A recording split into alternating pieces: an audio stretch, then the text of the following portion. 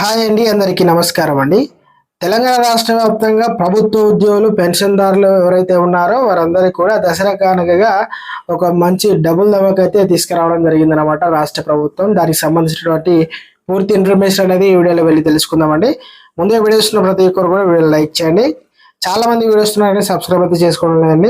దయచేసి సబ్స్క్రైబ్ చేసుకోండి, సపోర్ట్ చేయండి. తోడు మిత్రులందరికీ, బంధుమిత్రులందరికీ కూడా వీడియోని షేర్ చేయండి. వివరాలు కనుక వెళ్ళినట్లయితే, ఉద్యోగులకు దసరా కానుకగా ఇవ్వడానికి ప్రభుత్వం సిద్ధమవుతున్నది. పెండింగ్లో ఉన్న 4 డిఏ ఇక రెండింటిని క్లియర్ చేయాలని అనుకుంటుందన్నమాట.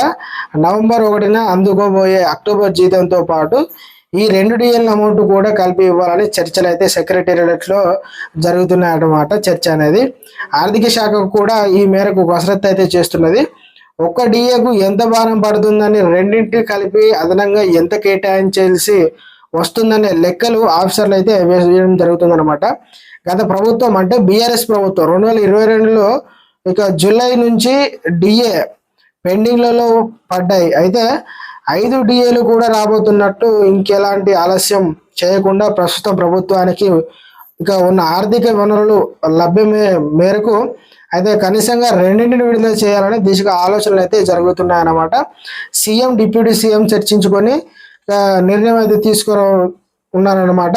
అంతేకాకుండా సీఎం, డిప్యూటీ సీఎంలు వేరు సందర్భాల్లో కలిసిన ఉద్యోగ సంఘాల ప్రతినిధులు వారు ఎదుర్కొంటున్న పలు సమస్యలను రాతపూర్వకంగా అంటే లెటర్లో ఇక తెలియజేయడం కాకుండా 4 పెండింగ్ డిఏలను కూడా వాటిని ప్రస్తావించి గత ప్రభుత్వం ఉద్యోగులకు నెల జీతంతో ఎప్పుడు ఇస్తుందో తెలియాలని అయోమయ పరిస్థితుల్లో మానవతా దృక్పథంతో అర్థం చేసుకున్న రాష్ట్ర సర్కారు మార్చి నెల నుంచి క్రమం తప్పకుండా పేమెంట్ అయితే చేయాలని తీసుకొని అమలు చేస్తుందన్నమాట.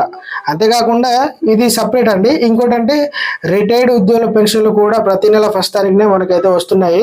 ఇది పాత ప్రభుత్వం ఏదైతే ఉందో దాని లెక్క కాకుండా ఇప్పుడు మనకు రేవంత్ సర్కార్ ఉంది కాబట్టి 1వ తారీఖునే మనకు జీతాలు మరియు పెన్షన్లు అయితే వస్తున్నాయి. కాబట్టి ఇది కూడా ఒకసారి ప్రభుత్వ ఉద్యోగులు కూడా ఆలోచించగలరండి.